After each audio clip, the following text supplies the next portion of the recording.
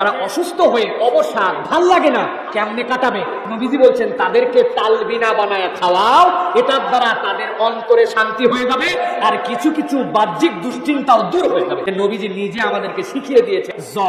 জবের প্রথমে আটা ফুটলাম, আটা গুটার পরে ঝাড়ে নিয়ে এইটাকে প্রথমে আটা বানালাম, জবের আটা।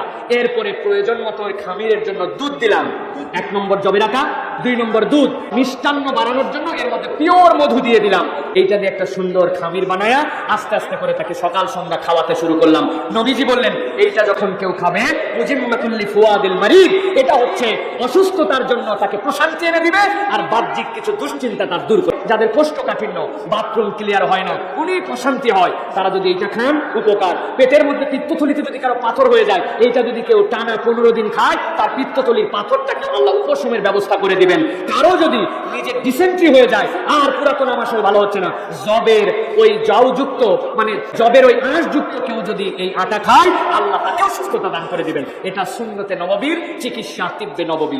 আপনি সিয়াসিসটা খাবেন। যারা রেগুলার শাকসবজি খেতে পারছেন না, অনেকের আইবিএস এর প্রবলেম থাকে, গ্যাসের প্রবলেম থাকে, এই ধরনের খাবার খেতে পারেন না, তারা কিন্তু সিয়াসিস অনায়াসে নিতে পারেন। কারণ ফাইবার রিচ, আয়রন রিচ, ভালো মানের ক্যালসিয়াম আছে। সবচেয়ে ইম্পর্টেন্ট যেটা সিয়াসিস ক্যারি করে তা হলো rich amount of antioxidant. So আপনার রোগ প্রতিরোধ ক্ষমতাটাকে অনেকাংশে বাড়িয়ে দেবে। আমি অনেককেই বলে থাকি যে সপ্তাহে অন্তত 3 দিন আপনার খাদ্য তালিকায় আপনি সিয়াসিসটাকে রাখতে পারেন। কেউ এটিকে পানিতে দিয়ে খায়, কেউ টক দই দিয়ে খায়, যার যেভাবে পছন্দ সে কিন্তু সেভাবে নিতে পারেন। অনেকে টাইমের ব্যাপারে জিজ্ঞেস করেছেন। সো টাইমের ক্ষেত্রে আমি অনেক সময় বলি যে আর্লি মর্নিং খেতে পারেন অথবা রাতে ঘুমানোর 1 ঘন্টা আগেও কিন্তু আপনি খেতে পারেন। সো এটি প্রচন্ড আপনাকে এনার্জেটিক করবে, আপনার রোগ প্রতিরোধ ক্ষমতাটাকে বৃদ্ধি করবে। যারা কার্ডিয়াক অ্যাটাকের ঝুঁকিতে থাকবেন তারা যেহেতু সিয়াসিসটা রেগুলার খাচ্ছেন, সো ওমেগা 3 রিচ হচ্ছে, আপনার এইচডিএল কোলেস্টেরলটা বেড়ে যাবে, এলডিএল কোলেস্টেরলটা কমে যাবে। সো আপনার কার্ডিয়াক হেলথ অনেক ভালো থাকবে। সেজন্য আপনার খাদ্য তালিকায় আপনি চাইলে এভরিডে, এটা হলো অপশনাল একটা বিষয়। প্লাস আরেকটা জিনিস করে যারা ওজন বাড়াতে বা কমাতে চান, এই দুটো জিনিসই কিন্তু আপনার মেটাবলিক সিস্টেমের উপর ডিপেন্ড করে। অর্থাৎ মেটাবলিক সিস্টেমের লসের কারণে ওজন গেইন এবং ওজন বাড়ে।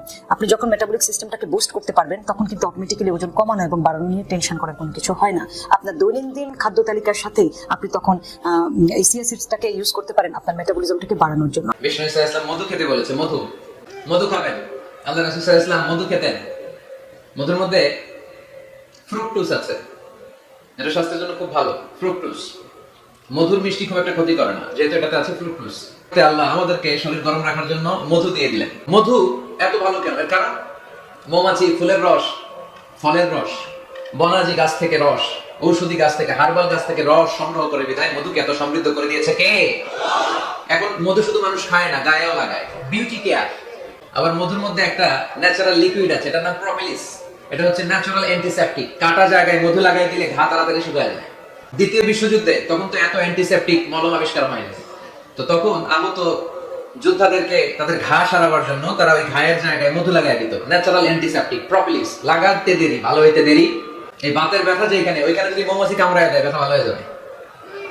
ইজিপশিয়ান এক ডাক্তারকে দেখলাম, তার রেমেটিক ফিভারে আক্রান্ত যে সমস্ত পেশেন্ট, তাদেরকে ডাইকাইনা জামা খুইলা ওইখানে মৌমাছি বসায় দেয়, আর মৌমাছি হুল ঢুকায় দেয়, আর রোগী চিৎকার শুরু করে দেয়। কিছুক্ষণ পরে ব্যথা ভালো হয়ে যায়।